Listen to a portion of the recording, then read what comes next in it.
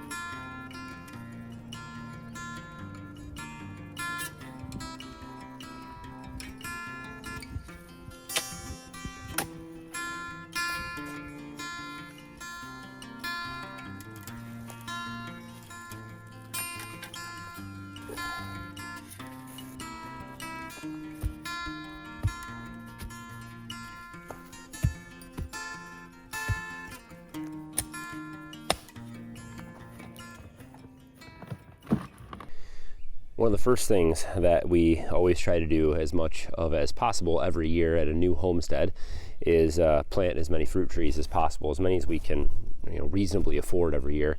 Every year, it's usually reasonable in the spring at least for us to add 5 or 6, maybe 7 new fruit trees. The best place that I have found to get new fruit trees is at the local farm stores. So Tractor Supply or Family Farm and Home, Home Depot sometimes, or Lowe's. Some of those places, garden centers, will have some decent ones. Even Walmart sometimes will have decent ones, or Meijer here in Michigan area. I would recommend staying away from ordering fruit trees online. I have done this in the past, and generally you're getting a much inferior tree, a much smaller tree, a less developed to less mature tree for more money, because they have to wrap shipping into all of that. These trees, they're 6, 7, 8 feet tall, some of them, and they're fairly mature, fairly well-established trees. And usually we pay about $30 for these, and so it's a reasonable price to pay for fruit trees. What we have here today is we have a nectarine, we have a couple apple trees, and a couple different pear trees. And so I like to mix and match. So when I'm doing apple trees, best pollination is to usually have a few different varieties in the same area. Most of them will say that they are self-fertile trees, but they do cross-pollinate a little bit better. So when we plant these trees, it's pretty basic. We don't have real great soil here, so I'm trying to amend with as much compost as possible. So usually I just kind of fluff these up a little bit and add as much compost to the bottom. This is a pretty small root ball in this one.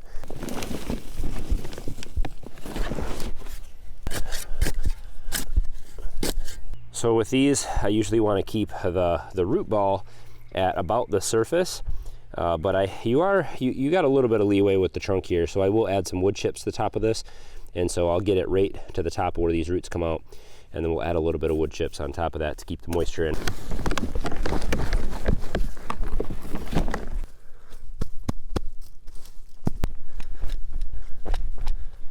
The goal on any homestead, as far as sustainable living goes anyway, is to produce as much food as possible over the years and every season. And so what I have found, there's a couple things that we can get going early. And so let me kind of show you what we've been doing. So we've got some of our fruit trees planted. That's one of the first things that we do. Those are fairly frost resistant. You can normally fairly safely plant those in late April and early May. That's usually not a problem. That's usually what we do here. Sometimes we'll plant some late ones if there's some we'll catch on sale. Sometimes we get 50% off or whatever at some of the big box places, and we'll grab some of those for later season planting. But generally, we want to get these planted first week of May. That's one of the first things we plant is all of our fruit stuff. The garden plan here we have down the hill. We doubled or over, probably 2.5 times the size of our garden this year. We're not quite ready to get that planted yet because we still could have a late frost. And so I want to hold off on planting any of our tomatoes and peppers and melons and pumpkins and zucchinis and cabbage, all that other stuff. That's going to wait. We won't plant that until May 15th here in Michigan. There's several websites, I'll put one in the description, that you can check for your local latest frost date. That's the last date on average that you would have a frost in your area. Obviously, if you have a frost, that can kill pretty much everything you've planted. So you don't want that. So you want to make sure that you wait until that has passed. I actually think we're clear here in Michigan, but I'm still going to wait until this weekend before I plant our main garden. But there's lots of things you can get started before that last frost date. So I'll take you through some of the other things that we'll be planting today and through this weekend. So this garden space will expand a little bit next year. I plan to kind of connect the dots here. And so we planted our fruit trees, just a little tip, on the back side, so on the north side of our garden. So this is north over here, this is south. The sun generally on an angle here in Michigan coming from the south, and so it kind of tucks in underneath a lot of the canopy of these trees, and it gets all of our garden for about 8 to 12 hours a day. We get pretty good sun in here, and then these will get about 6 to 10 hours of sun throughout the back of the garden here. So I've got some at the end here. We planted some pears, some apples, and then right on the other side of the tractor here, kind of along the back edge of the garden, we have a few other fruit trees. We got some nectarines, some other kinds of apples, some pears. That pear actually, I'm gonna let this one grow. It actually died off last year, but it's coming back from the rootstock, so it won't be, I don't know what it will be. I don't know what the rootstock was, but why kill it? We'll let it grow and see what happens. Plan will be eventually to have a fence down the back side of this, and I'm going to use that to support a lot of our raspberries and blackberries. And that's another thing that you can plant early. These can be planted, they can handle frost. These local varieties anyway. I know we have lots of blackberries and raspberries that grow wild here, or that we have planted, and they come up sometimes in early April, and we'll get several frosts, and they seem to do okay. So generally I'm, again, at the big box stores and grabbing these. Blackberries and raspberries are one of our favorites to plant a few of each year, but once you have the first few years of your homestead established, these will actually come back every year, and they spread. So they actually spread from the root. So you can kind of see, we had one that I planted last year, and it basically, I think I broke it all off and it was barely alive, and yet there were still some roots in the ground, and so it actually came back this year. And what will happen is, as this gets established, they'll start sprouting up next to it, and it'll kind of spread in all directions. And so that fence that we're going to put here, that will kind of be the boundary, and we'll kind of keep training them to kind of grow along the fence. So this will spread out in quite a bit of room here. And so we're going to be planting raspberries and blackberries all along the back here. So I've got some more here. I've got one that's coming back from last year. And so we'll have those kind of along the back. And another thing that you can plant fairly early is these blueberries. So blueberries are another great bush to grow. These do not spread like the raspberries do, so you need kind of to plant one for each bush that you want to grow. And for these blueberries, I'm actually going to move them up to the front edge, the south side or edge of the garden. They get the most sun up there, and I think those will do better in that area. Just a note, these are about the same price whether you buy them locally or online. So MI Gardener is a great resource. I've been a partner with them for many years. Then you can get, I don't know if they had blueberries this year or not, but you can check their website. But I know they had a lot of strawberries, they have a lot of raspberries, they have blackberries, and all kinds of stuff like that on their site that you can get, and those will get shipped right to your house. Another fruit that you can plant fairly early in the season are grapes. And so along here I'm going to have kind of a little boundary down the center here. This will be a grapevine or a trellis of some sort we'll have to put down here. And so I'm going to plant 3 different kinds. I'll plant one right here, down there, and those will grow and spread all the way down the trellis right from these local areas. And I'm going to do the same thing on the far side of the garden. These are all fairly easy to plant, so let's get these grapes, blackberries, and blueberries all popped in the ground, and then we'll talk about a few other things that you can plant very early in the season.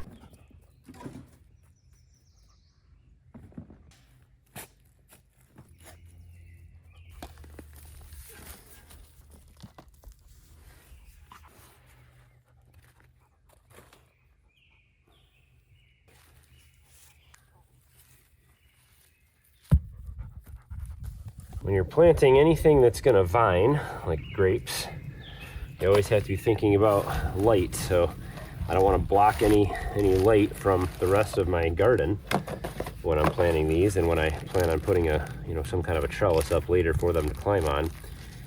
So I always plant things that are going to trellis, or things that are going to grow taller, in a north and south orientation. So they're going to go in a line north and south. My vines are here and they grow up tall.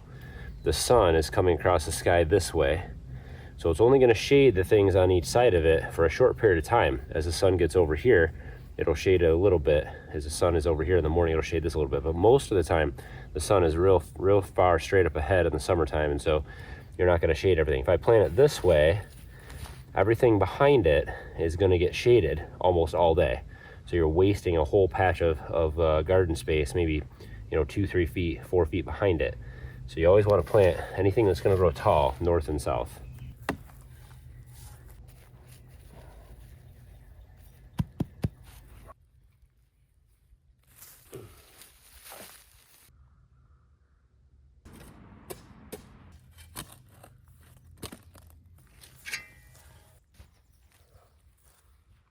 Aside from all different kinds of fruit, there's a couple other things that you can plant very early in the season, even before your last frost date. One of those things is strawberries. So I have several strawberries that are coming back in this bed. It needs to be weeded and cleaned out, but we've got strawberries coming back from last year. These are something that will handle frost. Also, they oftentimes will come up and frost will come through, and they seem to be just fine. And the last thing that I normally will plant are early, usually May 1st. So I'm actually a little late. It's May 9th or 10th today. Usually I'll plant them May 1st is any kind of root crop. So you can actually plant all of your carrots. You can plant potatoes, especially potatoes, get an early start on them. If you start your potatoes May 1st, in the northern states anyway, you can still get 2 full harvests. So for most of your potato varieties, they will, you'll be able to harvest them in July, and you can replant and you get another harvest maybe in September, early October. The goal is to utilize the space as much as possible, and that's the same with a lot of the other root crops as well. You can plant several iterations of carrots, lots of radishes. Radishes can mature in 30 days and 30 to 40 days, so you can plant radishes over and over and over again. Turnips, beets, any other kind of root type crop, they will do just fine because they're going to take some time to sprout. And so usually they're going to take 10 days, or for a potato it could take even longer than that. Could take 2 weeks before they pop through the ground. And so you're not really worried about frost at that point anyway. And so usually I'll plant those fairly early. Potatoes first, and then I would say the rest of that stuff maybe a week later. So today we planted 4 fruit trees, 4 blueberry bushes, 5 grape vines, 2 blackberries, and next we will start planting our root crops. So that will happen tomorrow for me here. I won't take you long for that. It's pretty simple. Planting potatoes, you cut them up and you stick them in the ground. The goal of any good sustainable homestead is to grow as much food as possible, and that's what we want to do here. This is our second full year gardening at this new home, and we are going to just double down every year. We want to grow more and more food. The goal is to, grow all of the things that we can grow here, fruit and vegetables, and preserve that and have a whole year's worth, so that we don't go to the grocery store for any of the things that we can grow here. And you'd be surprised at how much space is required and how much gardening is required to grow as much food as a family of 5 eats as we do here. So we'll need to continue to keep expanding these areas and finding more and more efficient ways to use the space we have. Let me know what you guys think, tips and tricks, things to add. I'd love to hear from you guys. So that stuff down below so everyone can read. This is a community, so share what you know and others will benefit from that. Don't forget to hit thumbs up on today's video. As always, subscribe if you are first time here. We'd love to have you tag along. Thanks for watching. Have a good one.